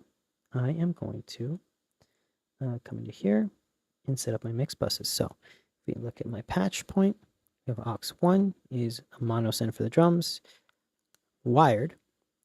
aux2 is a mono send for the keys, 3 is guitar, 4 is horns, Sergio is 5 and 6. So that's going to be that. Then we have second band for saxophone, percussion, and violin, saxophone, percussion, and then we have a monitor mix left and right for the band. I like having Moscow meals when I do this. It's fun. So we're going to go to the X32 with our routing. And we'll go to XLR output. Right. So for XLR output, this is what we're going to decide, right? So we're going to do local for outputs here. And then for aux outputs, this is going to be interesting because this is going to be done using mix buses because it's going to be feeding IEMs. Right? We're going to set these as post faders. So we have 6 mix buses that we can choose from, and then we have the AES EBU, which is just the XLR cable using digital. And we're going to set these as post fader. That way, everything is going to be set up and just running. So we have our 6 sends to the 6 basic mixes. Now, this mix bus 1 through 6. So let's come here. And 5 and 6, we're going to stereo link. And all the other ones are going to be mono, right? So let's do mix bus 1. Drums.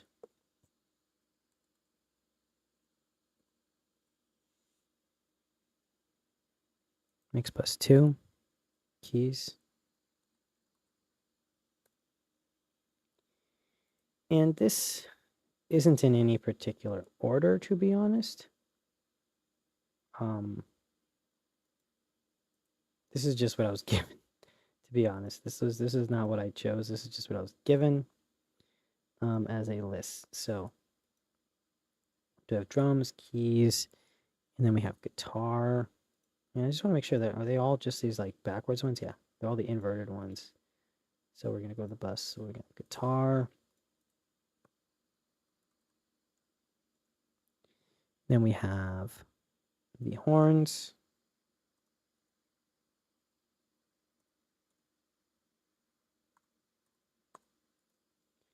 And we'll make this yellow.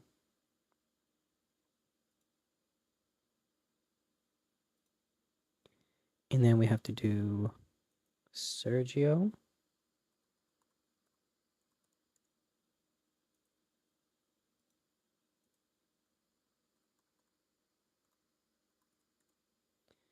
And then we have to do the violin and sax.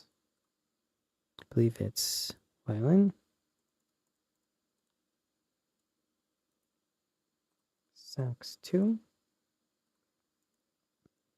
And then we have percussion. And this is where we're going to color code everything. What is sax 2? Sax 2 is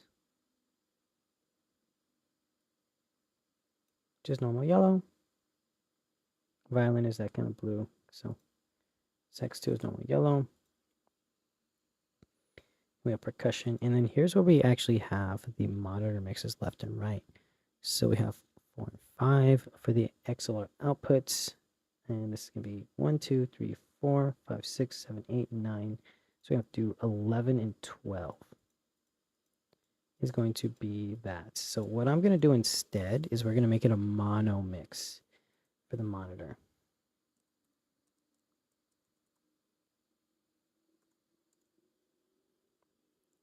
And we're just going to leave it like that. And that's going to be set up like that. And we'll color code it blue. So it's going to be the monitor mix, and then we're going to have DJ booth. So we're going to have DJ booth left, DJ booth right.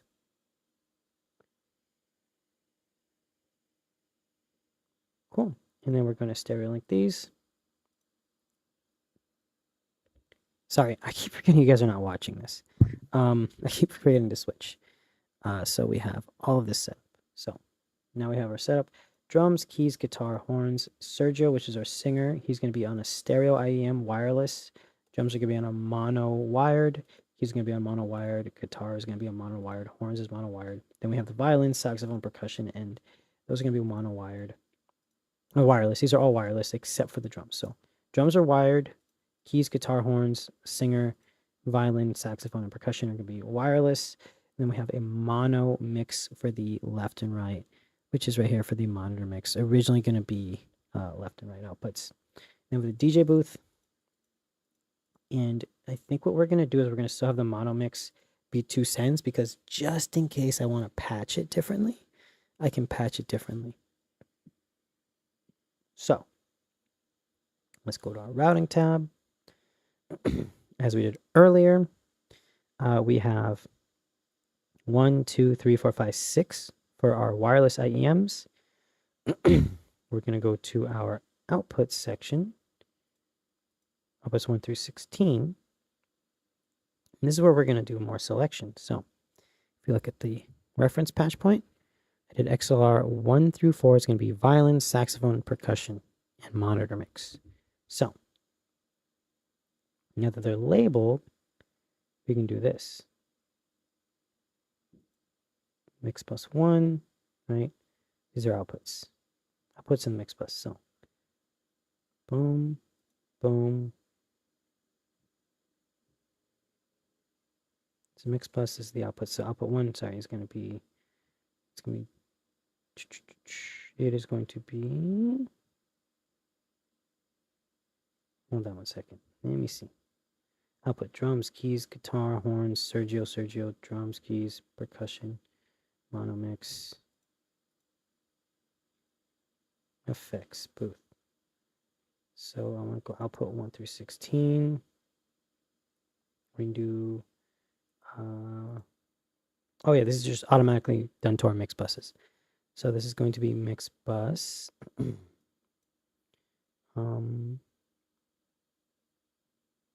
7, 8, 9, and 10. So we go to routing.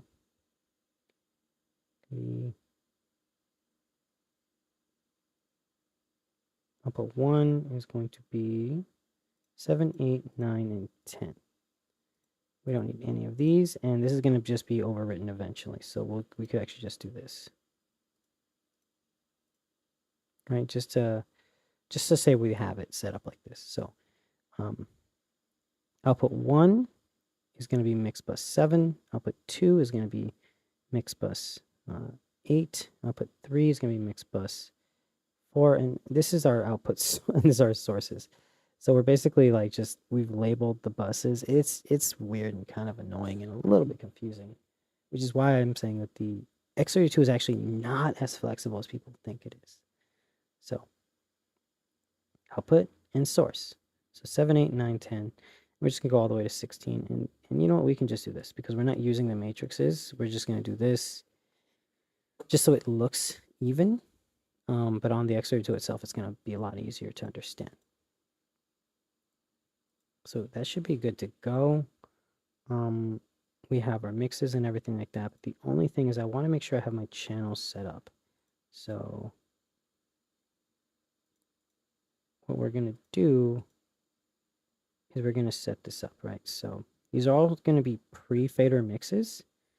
And I believe we do that in setup.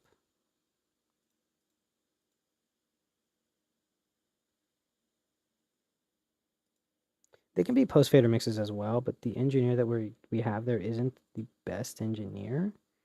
So I know that he's not going to have the best way of doing this. So I might have to do this on the show day on my console because I don't have my console on me. But I do know that there is a way of setting up pre-fader mixes. Oh, right. It's on your actual sense, right? So if we come here, bus mixes, and I think it's on config. Yeah, pre-fader. Let's just insert is pre-fader. There's supposed to be something for like configuring it.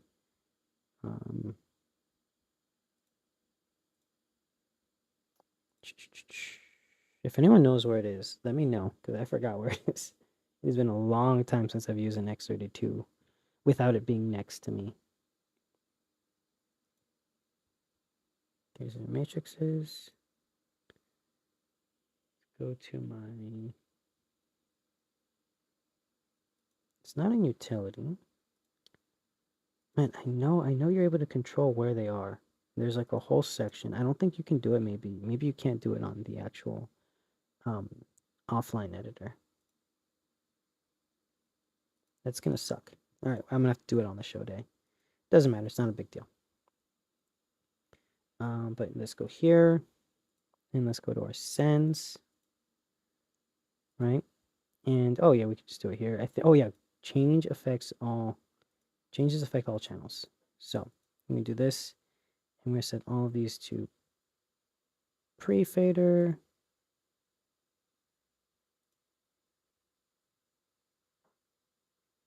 Maybe post EQ. Yeah, so let's just set it to post EQ. Post EQ should be fine. This should be totally good to go. The only one we're gonna have post fader is gonna be the DJ booth. Everything else is gonna be fine like this. You see, this is stereo pan. This is stereo pan. I want the DJ booth to be post fader, just because I want to have final control over the DJ booth. So we're gonna set the DJ booth like -5. That way he can never clip. And that's a very big important thing, especially because we're using only my personal gear. I don't want anything to break. So let's go here. Yep, cool. So we're gonna do drums. Let's set this up.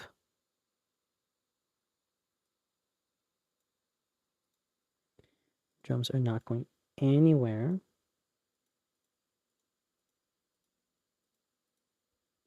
Right here. And I don't know if I'm wrong, but I think on the X32 edit, it's a lot clunkier. I'm pretty sure you're not able to copy these settings over. I don't see an option to do it.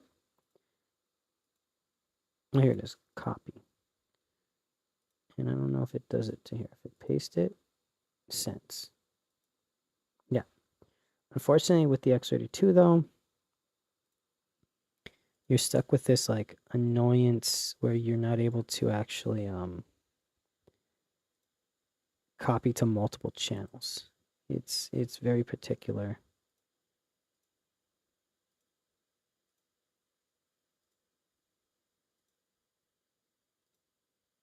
Cool. Go for the bass. This is gonna be different. Ooh, do I not have a bass mix? Drums, keys, guitar, horns. Sergio, 1, 2, 3, 4, 5, 6. Ooh, I don't have a bass mix. Why did I not think about that? Violin, saxophone, percussion, mono mix, DJ booth. Ooh. The bass player needs a mix. Man, this is what sucks when you don't have a bunch of stereo sense, because you end up eating one up. So let's see what I have here. Yeah, I never wrote up a bass mix. So what we're gonna do is, I think, I can't send these to matrices, right? So we're gonna have to lose an effect slot. I think we're gonna have to lose an effects line, or we're gonna have to turn that that DJ booth into a mono booth. So let's do that. Let's convert this DJ booth into a mono booth output. We're going to go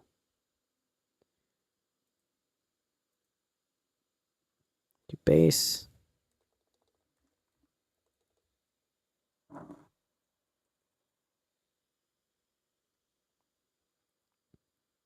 Make it like a dark blue. We're going to unlink this channel. And we're going to set them up as a DJ booth output, right? And yeah, we're just going to have it like this. So bass is going to be there. And we're going to probably have to change this up. I think we're going to do guitar horns. And we're going to do bass. So bass is going to be instead of, well, we'll just leave it like this. Screw it. Screw it, screw it, screw it. Who cares? Okay. I can fix it on the show day. So we're going to do this. I'll have to fix it here. So do bass. I'm being lazy. I don't want to do it. We're going to double click on these. And we're going to go back to the channels. Go to the sends. We're going to make this EQ. And it's going to affect the DJ booth as well. So that's going to suck. So we're going to do change individual. And let's see if we can do it here. Nope. That's right. The Behringer wing is stuck. It isn't capable of doing a split screen.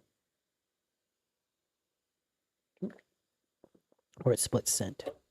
So we're limited to 1, 2, 3, 4, 5, 6, 7, 8, 9, 10, 11, 12 mono, like normal buses, and we would have to eat away at these. So this is how we're gonna have to do it. The booth is just gonna have to go in mono like this. Screw it, whatever. So go to bass, we'll turn him on here. Go to guitar, we're gonna turn him off on all of these.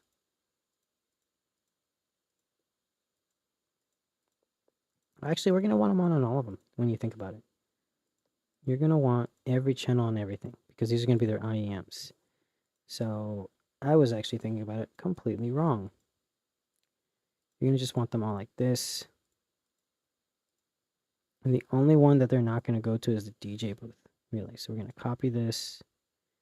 We're going to have to go through the long process of pasting these all over again. And you can see, like, dude, honestly, the main problem is I don't do monitor mixes that much anymore. I always do the front of house. But because it's both my consoles, I have to do it just because the show is literally today. Paste, paste, paste.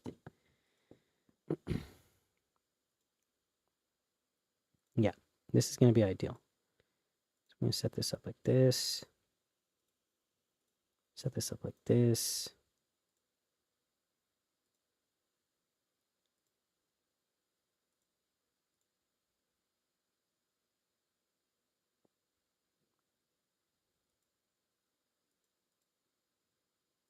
We're going to have the saxophone, clarinet, and all these guys.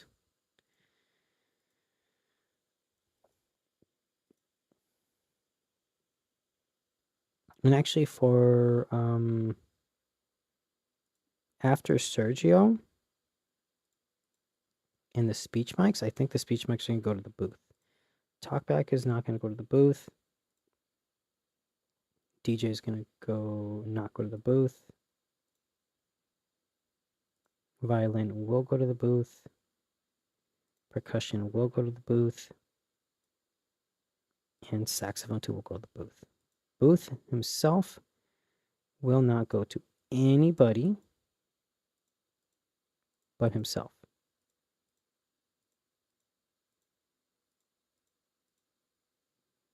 And the booth is not getting any effects or anything. It's just going to be a booth. The laptop will go to everything as a precaution, and I think that's it. That is programmed. So we'll save this.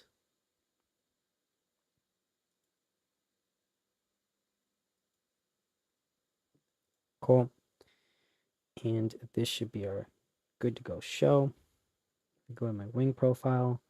The wing profile looks good to go. I don't see any issues on the wing profile whatsoever. Check my effects routing. Everything looks good. I think we're set on the wing. Yeah, we're definitely set on the wing. I think the only thing I can see that could probably be a problem is we have to just make sure our clocking is right and everything's solid. But I think that's it. Oh, this is pretty much programmed. I'm going to save the preset on my wing. I saved it on my computer, so when I connect my computer to the X32, the X32 will just load from this file session, which is good. Let's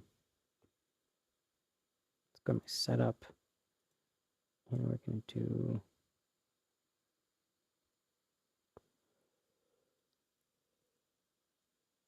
for synchronization, S50A.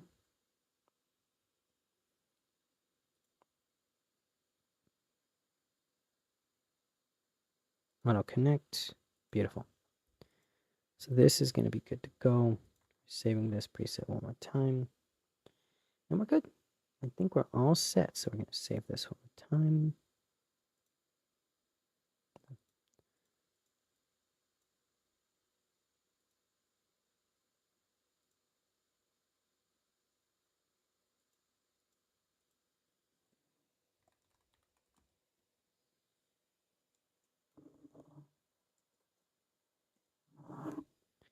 Sergio show. Save it. Download.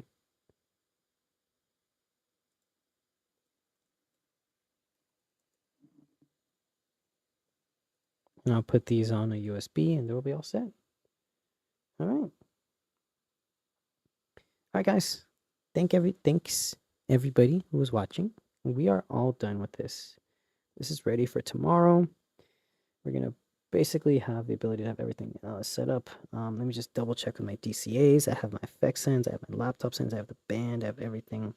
The only other thing now is to program this into my wing itself, where I have my DCAs set up as a certain thing. So I'm just going to go to my custom config, go to my DCAs, and make sure we're good there. That's looking good.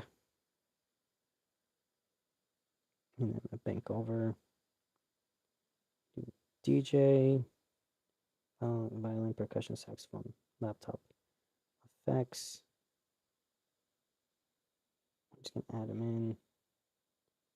That way I have multiple banks, and when I just go home, I'm able to see the whole band, my DCA spill.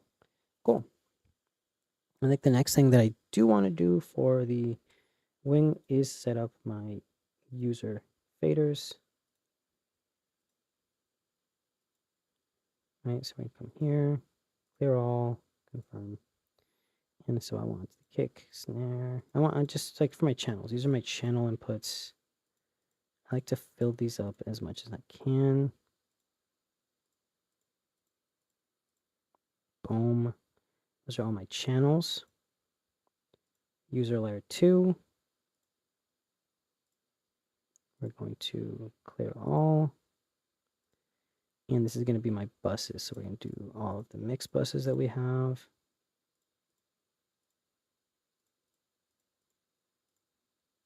Do the matrices.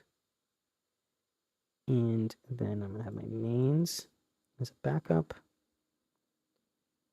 And then all of my DCAs will be here. So I don't have to worry about them at all. So when I need to just quickly mix the whole first band, I have them here. When I need to mix the buses, I have it here. And I think this also went to the second band. Yeah, the second band is also here, as well as my laptop. We're pretty good to go, to be honest. All right, guys. Thank you so much for watching. I think I'm going to turn everything off here because I'm going to try to get some sleep. I have a show tomorrow. So we're going to save this library preset. Boom, boom, update, launch. Wing is good to go. I quit this. I'm going to save this one more time. Just going to download it, and we're just going to put it, we're just going to change this one. Boom. I've had to rename. Quit, and we're all set. All right. Thank you guys so much for watching. Appreciate it. Just so everybody knows, if anyone's interested, I do have stuff on the shopping section. We can see the gear that we're actually going to be using for the show. I'm going to be using the Fosse Audio IEMs for the monitor mixer. I'm going to also be using the IEMs for myself just to do some reference. We have Sennheiser IEMs. We have Phoenix Pro IEMs. We also have Millionaire IEMs, but for some reason they don't have a shop link. And then we're going to be using the Phoenix Pro PT-AU2s for the wireless handhelds, and everything's going to be using the Phoenix Pro PAS 227X wireless combiner, the Phoenix Pro, the microphone combiner. So we have 2 combiners. Those things are amazing. And then we're using the Behringer Wing and an X32 stage box. So yeah, in case anyone was wondering what we're using, that's what we're using. That's going to be it for this video. Thank you guys so much for watching. It's been a 2-hour stream, and I got to get some sleep. Bye.